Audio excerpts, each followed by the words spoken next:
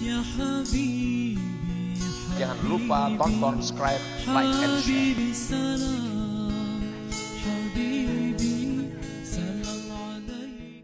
Bismillahirrahmanirrahim.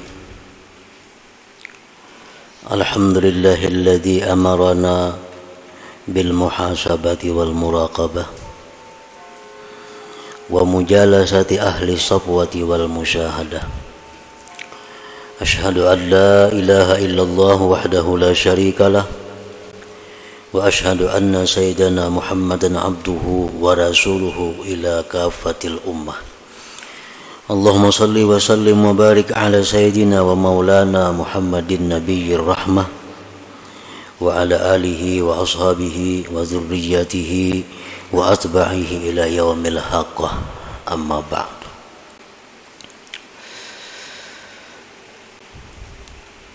Yang kita hormati dan kita cintai para habaib dan para alim ulama, para muhibbin, hadirin hadirat rahimakumullah. Pertama-tama kita panjatkan puji dan syukur kehadirat Allah Subhanahu wa ta'ala yang telah mengumpulkan kita bersama-sama di majlis di masjid yang penuh berkah ini. Dan salawat serta salam kita haturkan juga kepada junjungan kita Nabi besar Muhammad sallallahu alaihi wasallam dan kepada seluruh keluarga, para sahabat, zuriat dan pengikut beliau sampai hari akhir nanti. Para muhibbin rahimakumullah, al-hikmatul khamisata asyrata minal hikamil ataiyah. Qala al-imam Ahmad ibn Athaillah as-Sakandari rahimahullah wa nafa'ana bi'ulumih. Hikmah yang ke-15 dari Al-Hikam. Berkata al-imam Ahmad bin Athaillah as-Sakandari rahimahullah wa nafa'ana bi'ulumih, mimma yadulluka ala wujudi kahrihi an hajabaka anhu bima laysa bimawjudim ma'ahu. Yang artinya setengah daripada sesuatu yang menunjukkan kepada engkau atas adanya sifat qahar Allah Subhanahu wa ta'ala, bahwa Allah dinding engkau daripadanya dengan sesuatu yang tidak ada beserta Allah Subhanahu wa ta'ala. Nah, itu adalah terjemah daripada hikmah yang ke-15 ini. Adapun maknanya atau tafsirnya, inna min qahrihi subhanahu alaika ayyuhal asi al-mutakabbir an hajabaka anhu bima laysa mawjudan bil haqiqah, yakni al-khalqa, fala taral khalqa illahu wa la tushahidu khaliqah ma'a annahu bil haqiqah la wujuda lahu wal wujudu innama huwa lillahi subhanahu wa ta'ala. Bahwasanya sebahagian daripada qaharnya Allah. Qahar itu artinya mengalahkan. Bisa juga diartikan menghinakan. Setengah daripada mengalahkannya Allah atau menghinakannya Allah atas engkau, wahai orang yang maksiat dan takabur, bahwa Allah hijab engkau Allah dinding engkau daripadanya dengan sesuatu yang tidak ada pada hakikatnya. Maksudnya adalah makhluk. Orang-orang yang maksiat, orang-orang yang takabur, itu didinding oleh Allah untuk musyahadah kepadanya. Dengan apa Allah mendinding? Dengan makhluk. Padahal makhluk itu pada hakikatnya adalah sesuatu yang tidak ada.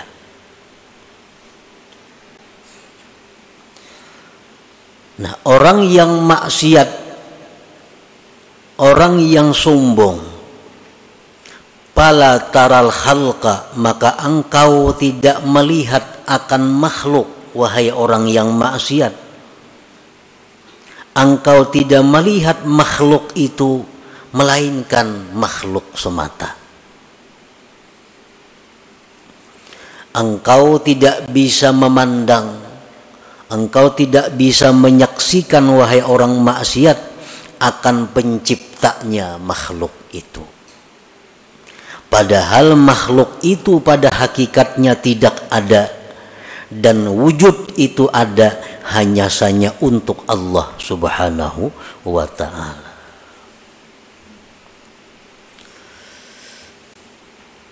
Nah, jadi orang-orang yang maksiat kepada Allah, orang-orang yang dirinya dipenuhi dengan dosa, siapapun mereka, mereka itu kada akan bisa musyahadah kepada Allah. Mereka itu kada akan bisa mengingat Allah dalam setiap apa yang dia lihat, dia dengar, dan sebagainya. Apabila dia melihat manusia, maka yang dilihatnya hanya sebatas itu manusia. Bila dia melihat harta, maka yang dilihatnya hanya harta. Apabila dia melihat musibah, bencana, yang dilihatnya hanya musibah dan bencana. Mereka itu tidak mampu menembuskan pandangan hatinya kepada yang mencipta semua itu, yaitu Allah Subhanahu wa ta'ala. Nah, inilah orang-orang yang dirinya dipenuhi dengan dosa dan kemaksiatan. Inilah diri-diri orang yang kotor di sisi Allah, sehingga Allah dinding dia untuk tidak bisa musyahadah kepada Allah Subhanahu wa ta'ala. Nah, para muhibbin rahimakumullah, walaupun sekilas kita melihat, kita umpamanya diri kita sembahyang aja, puasa aja, berzakat aja, maksiat kayaknya kita hindari aja, tetapi kita kadang mampu untuk musyahadah itu. Itu satu alamat bahwa kita ini masih terhijab dengan Allah. Berarti diri kita ini kotor, berarti kita ini perlu perbaikan lagi daripada yang ada sekarang ini. Nah, siapapun kita, baik itu ulama, baik itu pedagang, baik itu pejabat, baik itu petani, siapapun, apabila mereka itu masih belum mampu untuk mengingat Allah Subhanahu wa ta'ala dalam pandangannya, pendengarannya, maka berarti dirinya itu masih kotor di sisi Allah. Nah, ada orang yang memuji, dia suka kepada orang itu. Kalau ada orang yang mencela, inya marah kepada orang itu. Hanya sebatas diri orang itu. Kalau ada orang memberikan nikmat kepadanya, inya senang kepada orang itu. Kalau ada orang yang mendatangkan bencana lawan inya marah kepada orang itu. Nah, ini satu alamat bahwa dirinya ini masih penuh dengan kotoran, dirinya ini masih terhijab daripada Allah Subhanahu wa ta'ala. Para muhibbin rahimakumullah, semestinya kalau orang-orang yang sudah mampu musyahadah itu, kalau dia menerima pujian, orang yang memuji dia itu dianggapnya hanya sebagai perantara, itu merupakan pujian dari Allah. Maka gembiranya dia bukan kepada orang yang memuji, tapi gembiranya dia kepada Allah. Ini menunjukkan bahwa mata hati orang ini berarti sudah tembus daripada dinding atau hijab itu.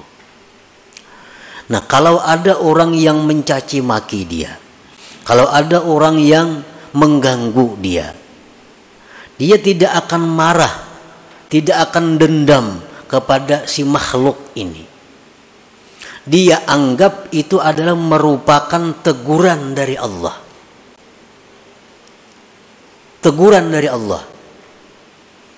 Kalau itu benar. Kalau itu tidak benar, kita bisa difitnah orang, padahal kada bujur. Nah, orang yang sudah mampu musyahadah itu dia tidak akan dendam kepada yang memfitnahnya, tetapi dia menganggap itu merupakan cobaan dari Allah. Nah, cobaan dari Allah. Nah, selama hati kita masih ada menyimpan dendam kepada makhluk, selama dalam hati kita masih ada menyimpan kemarahan kepada seseorang, itu menunjukkan bahwa diri kita belum mampu musyahadah kepada Allah, yang artinya diri kita masih kotor, masih terdinding daripada Allah Subhanahu wa ta'ala. Fala taral khalqa illahu wa la tushahidu khaliqah ma'a annahu bil haqiqah la wujuda lahu wal wujud innama huwa lillah subhanahu wa ta'ala.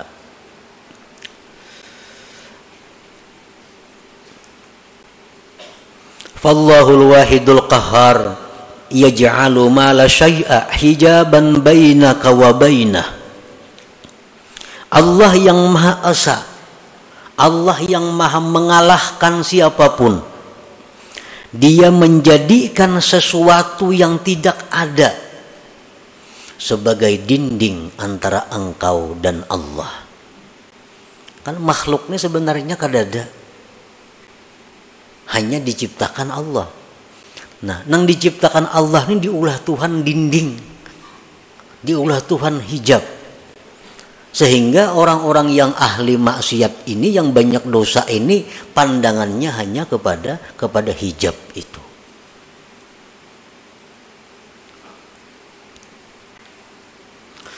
Fala tafhamul aqwan illahi wala tubsiruha illahi wala tasma'uha illahi.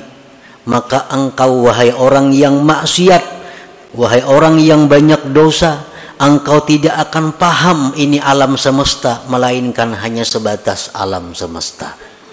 Engkau tidak mendengar akan apapun yang di alam ini, hanya sebatas mendengar, melihat.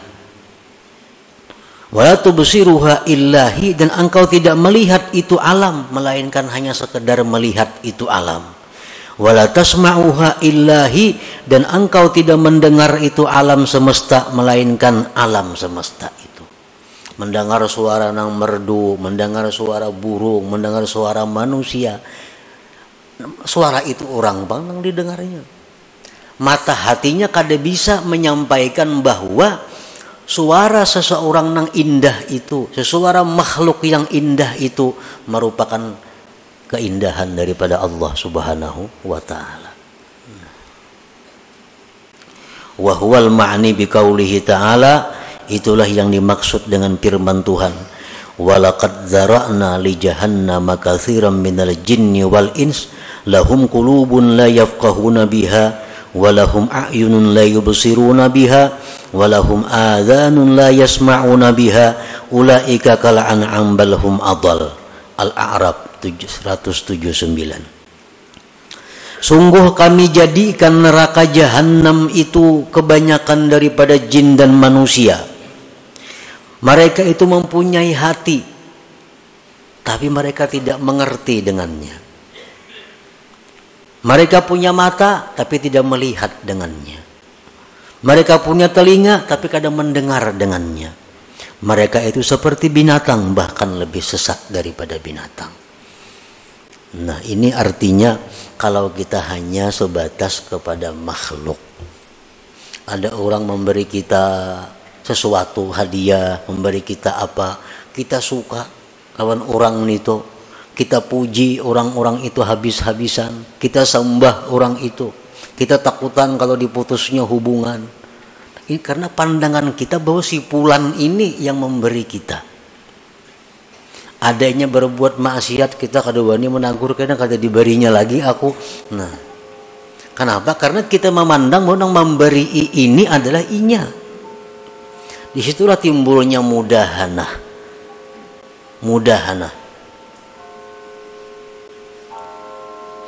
Kalau ada orang yang menantang kita, kalau ada orang yang akan membinasakan kita, kalau ada orang yang mengganggu usaha kita, kita marah habis-habisan kepada orang itu.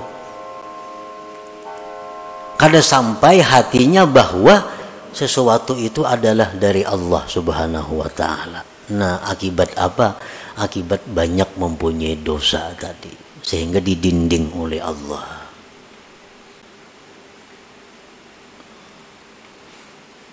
Makanya Rasulullah sallallahu alaihi wasallam dalam banyak hadis mengajarkan kepada kita agar selalu ingat kepada Allah. Dalam beberapa contoh, kita ada dapat nikmat, alhamdulillah.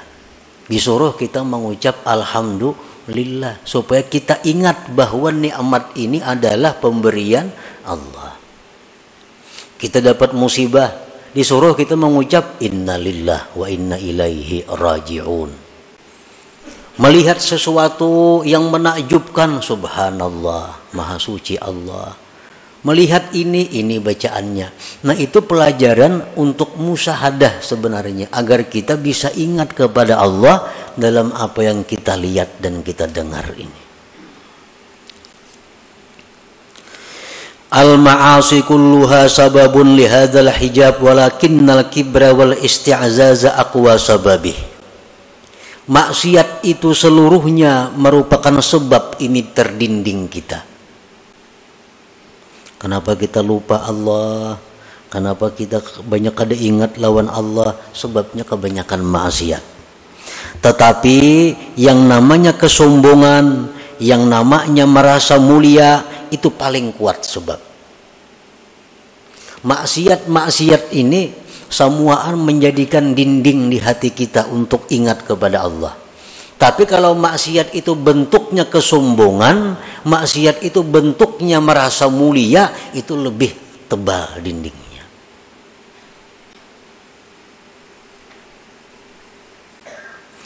Tanqasimul ma'asi min haitsu usuluha ila arba'ah. Maksiat yang dari kita ini timbulnya dari 4 macam. Yang 4 macam ini ada dalam diri kita. Pertama, bahimiyatin, wasabu'iyatin, wasyaitaniyatin, warububiyah. Diri kita ini ada mempunyai sifat yang namanya bahimiyah, sifat binatang. Dalam diri kita ada mempunyai sifat kebuasan. Dalam diri kita ada mempunyai sifat syaitan. Dalam diri kita ada mempunyai sifat ketuhanan. Yang keempat-empatnya ini sumber dosa.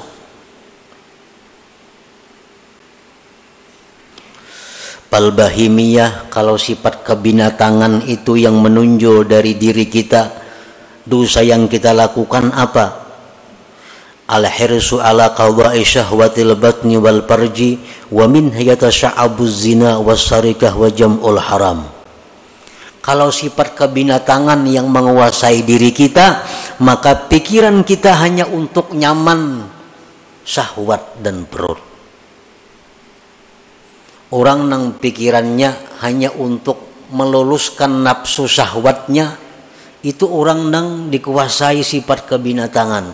Dari situlah timbulnya zina.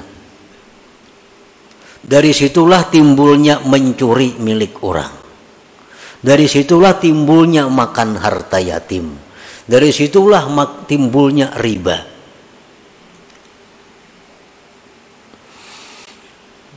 Yang kedua sabu'iyah, kebuasan. Al-ghadab, marah. Wal hikdu, dendam. Itu ada dalam diri manusia. Marah, dendam. Wa min yatasha'abul qatlu wa darbu wa idza'ul khalqi. Dari situlah timbul bisa membunuh orang, bisa memukul orang, bisa menyakiti orang. Kalau orang itu dikuasai sifat kebuasan ini, orangnya pemarah. Lah sedikit tempiling saku. Lah sedikit tampar saku. Ini orang nang manusia tapi dipenuhi oleh sifat kebuasan. Ini kalau urusan makan barang aja, bila menampiling orangnya asa puas beneran itu. Nah ini orang sifat kebinatangan buas ini. Yang ketiga wasyaitaniyah, dalam diri manusia ada sifat syaitan. Al-hasad, dengki contohnya. Syaitan, dengki ini syaitan yang mula-mula. Nifak, kemunafikan. Wadda'wah ilal ma'asi, mengajak orang berbuat maksiat. Nah, dalam diri kita ini ada itu. Ada kemunafikan, pura-pura baik padahal kada, pura-pura salih padahal kada, pura-pura ahli ibadat padahal kada. Itu sifat yang ada dalam diri kita yang berasal dari syaitaniyah. Warrububiyah, yang keempat sifat rububiyah ini at-tasybih bi awsafir Rabb subhanah, ini hendak menyerupai Tuhan. Nah, kadang-kadang dalam diri kita ini ada timbul sifat rububiyah, hendak jadi Tuhan. Kalau azamah seperti hendak dibesarkan orang, wal kibriya, kesombongan, wal izzah, kemuliaan, wal rif'ah, ketinggian. Nah, dalam hati kita nih ada timbul hendak dimuliakan orang, hendak diagungkan orang. Oh berarti hendak jadi Tuhan tuh. Hendak jadi Tuhan. Nah, empat sifat itu sumber segala kemaksiatan yang menyebabkan kita selalu lupa dengan Allah. Jangankan dalam kita berdagang, jangankan dalam kita berusaha, dalam sembahyang aja kita kada ingat lawan Tuhan. Dalam sembahyang nang nyata-nyata sembahyang dihadapi, hati ya tuh kada ka Tuhan. Apalagi di toko, apalagi di sedang berusaha. Itu alamat bahwa kita ini tebal dindingnya dengan Allah Subhanahu wa taala. Membaca Quran, Quran di tangan, mata ke Quran, ya tuh hati ke lain juga. Apalagi surat kabar di tangan maginnya nang nyata-nyata Quran di tangan, ya tuh hati kada mau ke Quran. Nah, sebabnya apa? Kebanyakan maksiat tadi. Apalagi maksiatnya itu berupa kesombongan. Karena itu sifat ketuhanan yang diambilnya. Qala Allah Ta'ala sa'asrifu an ayati alladhina yatakabbarun fil ardi bighairil haq. Allah Subhanahu wa taala menjelaskan, ujar Tuhan, aku palingkan ayatku terhadap orang-orang yang sombong di muka bumi dengan tiada benar. Nah, kalau kita sombong, kayak apa aja kada mau ingat kepada Allah. Kenapa? Inya hendak jadi Allah juga. Sombong sifat Allah, besar sifat Allah. Inya hendak besar, hendak jadi Allah, kadanya mau ingat lawan Allah. Nah, selagi aku palingkan, ujar Tuhan, dari ayatku orang-orang yang sombong di muka bumi dengan tiada benar. Nah, para muhibbin rahimakumullah, al-hasilu man syahida af'alal khalqi dunallah ta'ala lam yu'adda min ashabil yamin wa lam yakhruj 'anil muba'adin. Kalau kita hanya bisa memandang perbuatan makhluk, ada yang memberi kita, pulan nang beri. Ada yang menyakiti kita, pulan nang menyakiti. Ada yang memuji kita, pulan nang memuji kita. Ada yang mencela, pulan nang mencela kita. Ingat situ aja, kada ingat lawan Allah. Nah, tidaklah orang itu termasuk ashabul yamin, dan dia tergolong orang-orang yang dijauhkan daripada Allah Subhanahu wa ta'ala. Wa man syahida an la fi'la lahum dunallahi ta'ala fahuwa ma'dudun minal mu'minin wa qad naja wa hasala lahul aman wa yadkhulu min jumlati ibadir rahman. Siapa yang menyaksikan bahwa tidak ada perbuatan melainkan perbuatan Allah. Ada orang yang memuji dirinya, di hatinya ingat bahwa itu adalah pujian Allah kepadaku. Ada orang yang mencelainya, hatinya ingat itu adalah teguran Allah kepadaku. Nah, selalu kepada Allah kembalinya. Kalau kita demikian, maka kita dibilang termasuk orang yang beriman. Sungguh dia selamat dan hasil baginya aman, dan dia masuk dalam golongan ibadir rahman, hamba-hamba Allah yang pengasih lagi penyayang. Nah, para muhibbin rahimakumullah, jadi intinya adalah untuk mendapatkan musyahadah kepada Allah. Yang musyahadah ini adalah merupakan inti daripada ma'rifat. Jalannya antara lain adalah membersihkan diri daripada dosa. Nah, jadi kalau untuk urusan musyahadah ini adalah urusan pemberian Allah. Urusan pemberian Allah. Kadakawa didapat dengan ilmu pengetahuan. Artinya mengaji kita ilmu ini, mengaji ilmu itu kada akan bisa membuahkan kita musyahadah kepada Allah kalau diri kita masih kotor dengan dosa. Paling-paling hanya pandirnya. Paling-paling hanya pandirnya. Kenyataannya kada akan dia dapatkan. Karena urusan musyahadah ini urusan yang sesuatu yang diberikan Allah kepada hamba-hambanya, yang mana hamba-hamba itu bersih hatinya daripada kotoran-kotoran dosa yang merupakan dinding antara dia dan Allah Subhanahu wa ta'ala. Nah, inilah salah satu maksud yang terkandung di dalam hikmah yang ke-15 daripada Al-Hikam Al-Athaiyah ini. Nah, selanjutnya hikmah yang ke-16, kaifa yutasawwaru ay yahjubahu syai'un wa huwa alladhi azhara kulla syai'. Li hadratin Nabi sallallahu alaihi wasallam. Al-Fatihah. A'udzu billahi minasyaitonir rajim. Bismillahirrahmanirrahim.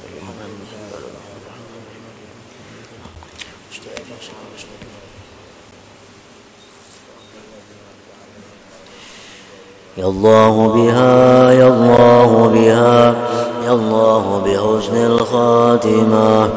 Ya Allah biha, ya Allah biha, ya Allah bi husnil khatimah. Ya Allah biha, ya Allah biha, ya Allah bi husnil khatimah. فيا أيها الرجل منه شفاعة صلوا عليه وسلموا تسليما. اللهم صل وسلم.